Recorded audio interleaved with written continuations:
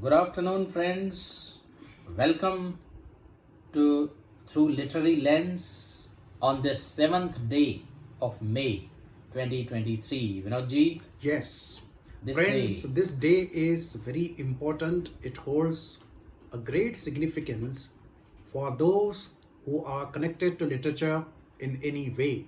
definitely you must have guessed by now. If If not, not, today is the birth anniversary of the great artist Rabindranath Tagore. yes, he is popularly known as Gurudev Rabindranath Tagore, and he earned the rare distinction of being the first Asian who was awarded Nobel Prize in Literature way back in 1913 on his collection of poetry entitled Gitanjali. Yeah, then it was awarded on a particular book. Nowadays, it's not done so. It's given to author for the entirety of the work. Interestingly enough, till this date, no other Indian writer has been awarded Nobel Prize for Literature, and the name of Tagore continues to shine as a pole star. Definitely. And more than the Nobel Prize, actually, Vinodji, Yes, Tagore was a composite artist. yeah, this is very important. That sometimes the people are either writers or poets or painters or musicians or dramatists Yeah. or educationists. He was all in one. Yes, he was poet, writer, translator, critic, So the musician, singer, painter, artist, educationist, philosopher, thinker, scholar, Yeah. internationalist. Definitely. And this holistic vision of his, because it translated itself into all these domains of art, and the living incarnation of all of them is, of course, Shanti Niketan, which is the university he established near Kolkata. Yes, So, the way, what do you say about his holistic vision, actually? especially Rajeshji, I would like to appeal to those who have not yet read Rabindranath Tagore. They must devote some time to the reading of his literary works, or they can listen to Rabindra music Rabindra in order Sangeet, to they in call order it, yeah. to have that rare feel of sublimity, because the great artist, great poet is always characterized by what we know as sublimity, something some transformative power which is embedded, which is inherent in the works of Rabindranath Tagore. So the taste of it is when once you go through any of his works, right? Yeah. At the end of the reading, you are no longer the same person. Yeah, definitely, Vinodji. I remember we had a very small story of Rabindranath Tagore in our classes, school time. It was called Postmaster. Yeah. Very small story, Yes. but a very delicate story. In The complexity of the emotions Yeah. of that little Little girl of Ratan. Ratan When is postmaster is depicted. posted to her village, and when he again leaves after some years, 2-3 years maybe, as So is the that case. pangs Yeah. of separation from the postmaster, the way she feels, Yeah. I think it is possible only for the person who understands the mystery and psychology of human nature and human feelings. Because feelings, Rajaji, Yeah. they cannot be reduced to any reason or rationality or logic. And even I would say it's very difficult to express the feelings in the words also. Exactly. Because when you write something, anybody who has written even a line would understand how difficult it is to incarnate the emotions and feelings into the text. And Rabindranath captures the feelings of his fictional characters in such a manner that the reader is able not only to understand it, but reader is able to identify with those feelings, and there lies the success of the great writer like that of Rabindranath. I would say you should not only read or hear Tagore or see his paintings, but one should experience Tagore. That is the sign of a composite artist, that you get to experience him or And her. another thing is that Tagore doesn't bring a fragmentary vision of life or universe. That's He brings holistic perspective. He does not look at the life or the universe from a single perspective.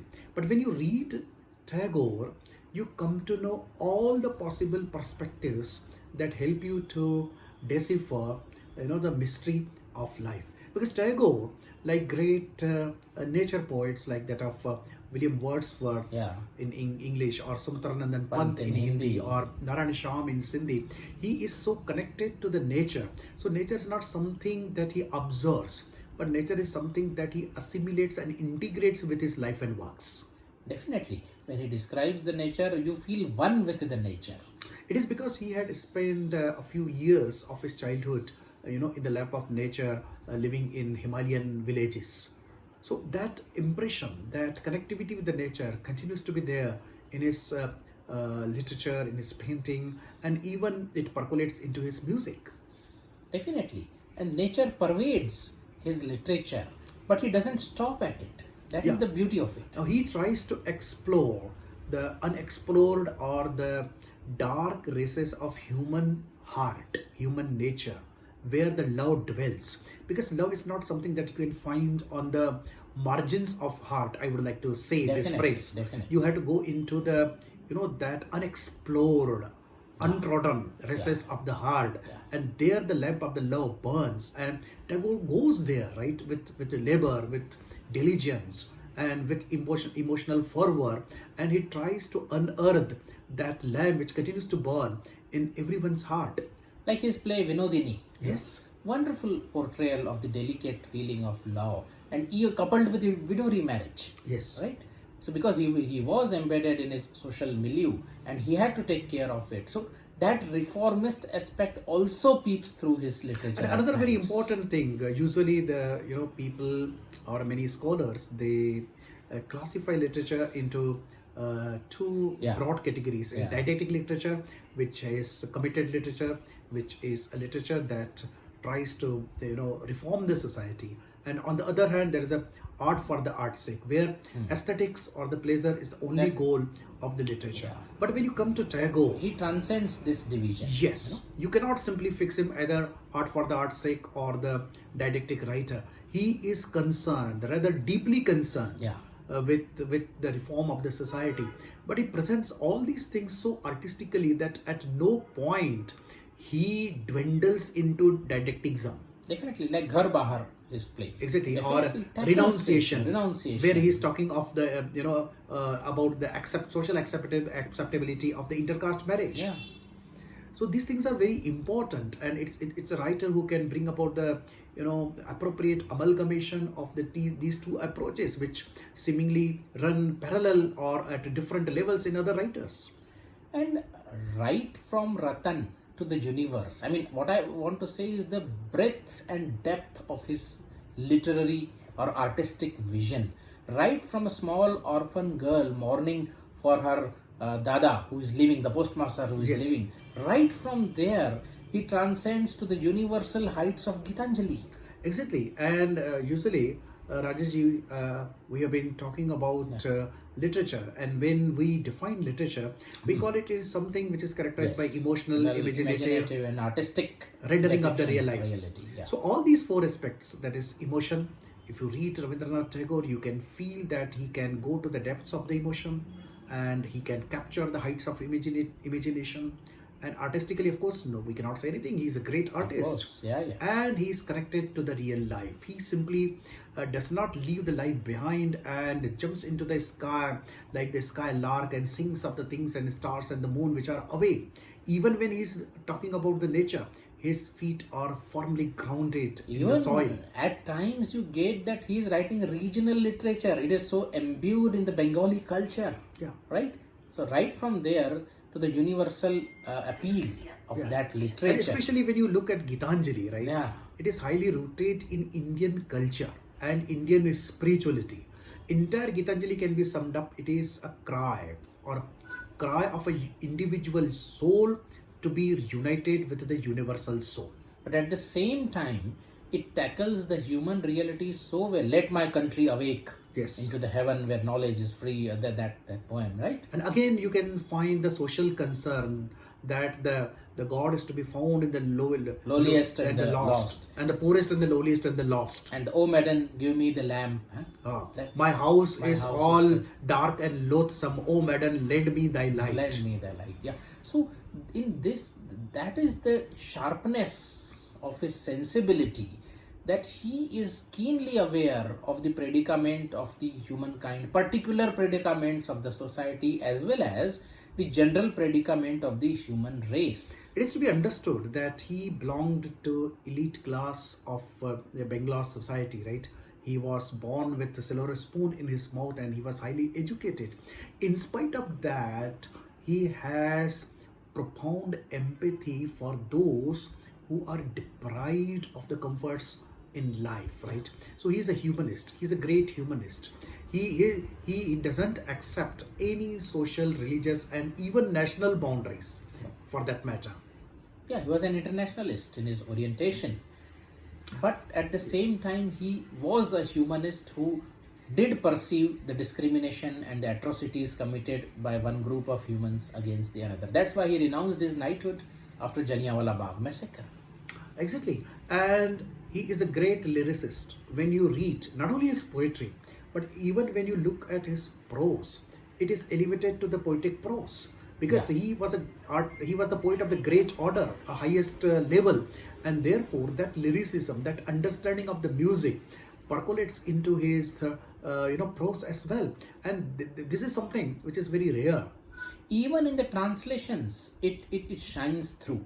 He primarily wrote in Bengali, Yes. but his stories and novels have been translated into many languages. Even when you read Gitanjali, that Yeah. was translated by the poet himself, Yeah. you can easily perceive that lyricism, that music, that command over the cadences. And you can get a flavor of his thoughts or philosophy when he visited Einstein at his home in Germany in Yes, 1930. Yeah. The entire conversation has been recorded and it was published. So the chief point was the nature of reality. Einstein conceived of it in the scientific materialistic terms. Right. Whereas Tagore conceived of the reality in the humanist terms. He says Yes. even the reality of the scientist arrives at, that is the human scientist who is arriving at that reality. He said the truth ultimately dwells in human consciousness. Einstein agreed as far as beauty is concerned. He said moon will not be beautiful if the humans are not there. That I can understand. But why the truth? Moon is there. But Tagore said moon is there because humans in general perceive the moon is there. Because if humans cease to believe that this is the truth, then it is no longer a truth. Truth is truth provided it comes within the human context. And this shows, even though Tagore uses the words like divine and everything, but primarily he is a humanist. Exactly. Primarily he is humanist. And when he evokes the divine, he does not evoke the divine In the sense of the supernatural God. No. But he says that I am your friend. God, he says, human, I am your friend. In my devotion, I forget that you are my master. He says at one place in Gitanjali, and I call thee my friend. And even the divine he does not conceive of the divine as isolated from the human beings.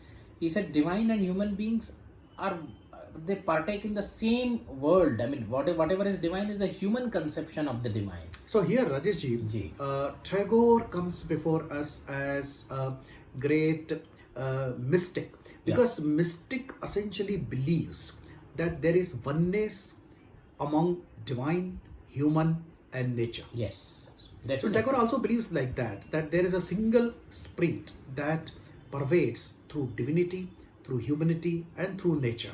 So all these three are one. They are not separate. They are so intertwined that when you speak of one, you are essentially speaking of two others. So human beings and divinity, human beings and nature, nature and divinity, they are one and the same thing. But they are only three different manifestations of one great universal soul. And he clearly said to Einstein, if there is any truth which is non-humanistic, it is of no concerns to the humankind. It is as if it does not exist for the human being. He gave the example of a moth which eats paper.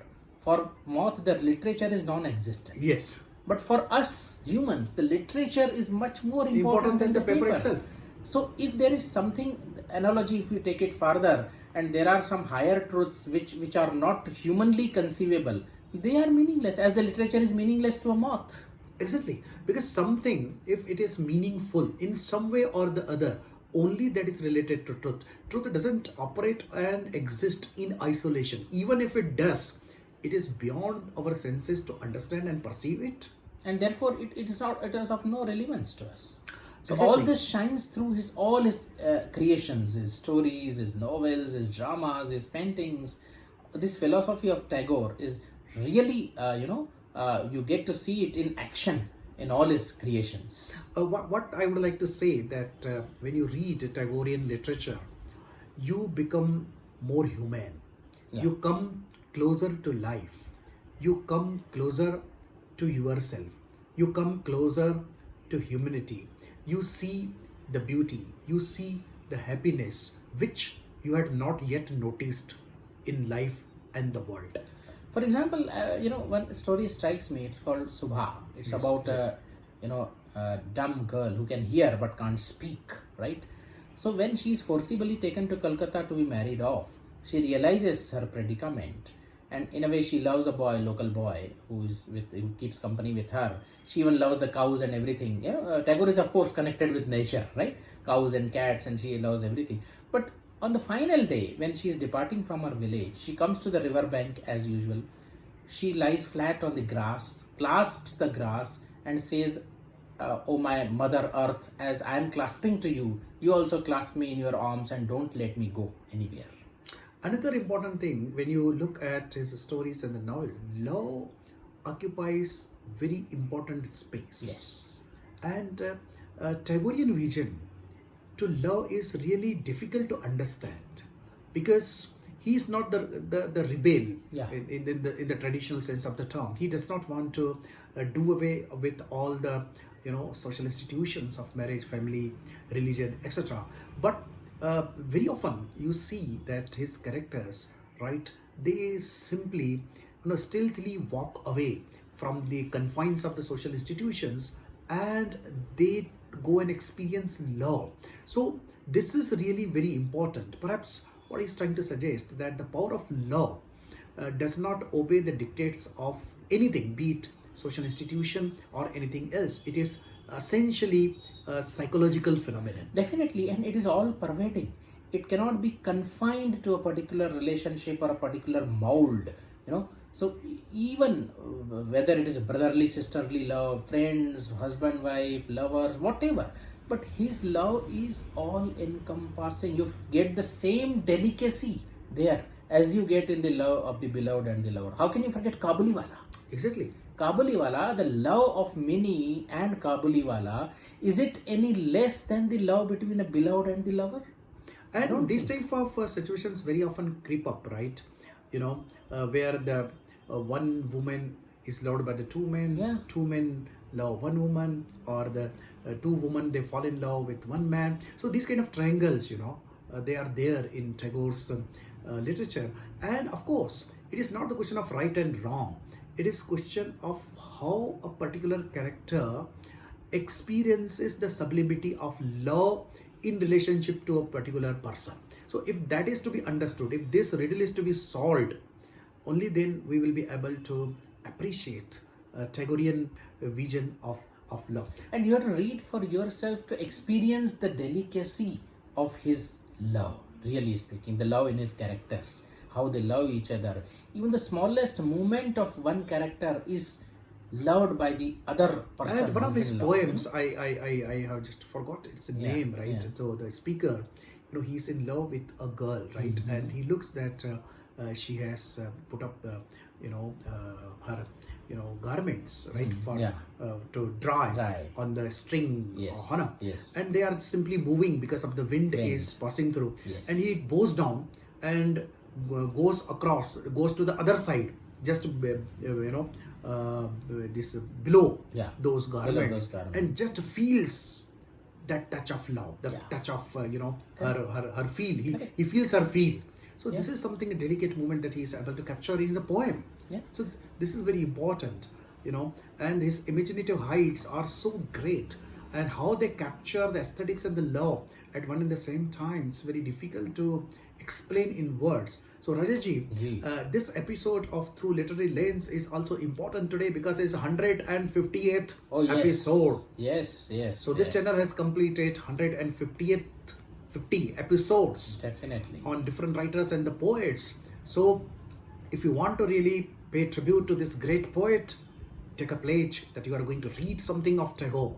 Definitely. Even if you read one work of Tagore, I believe the life will be ennobled. Yeah. So on this positive note, we take your leave with a promise that we will continue. This channel will bring into discussions many other writers and the poets, and we will look forward to have your comments so that you can keep this channel going. Thank you. Thank you.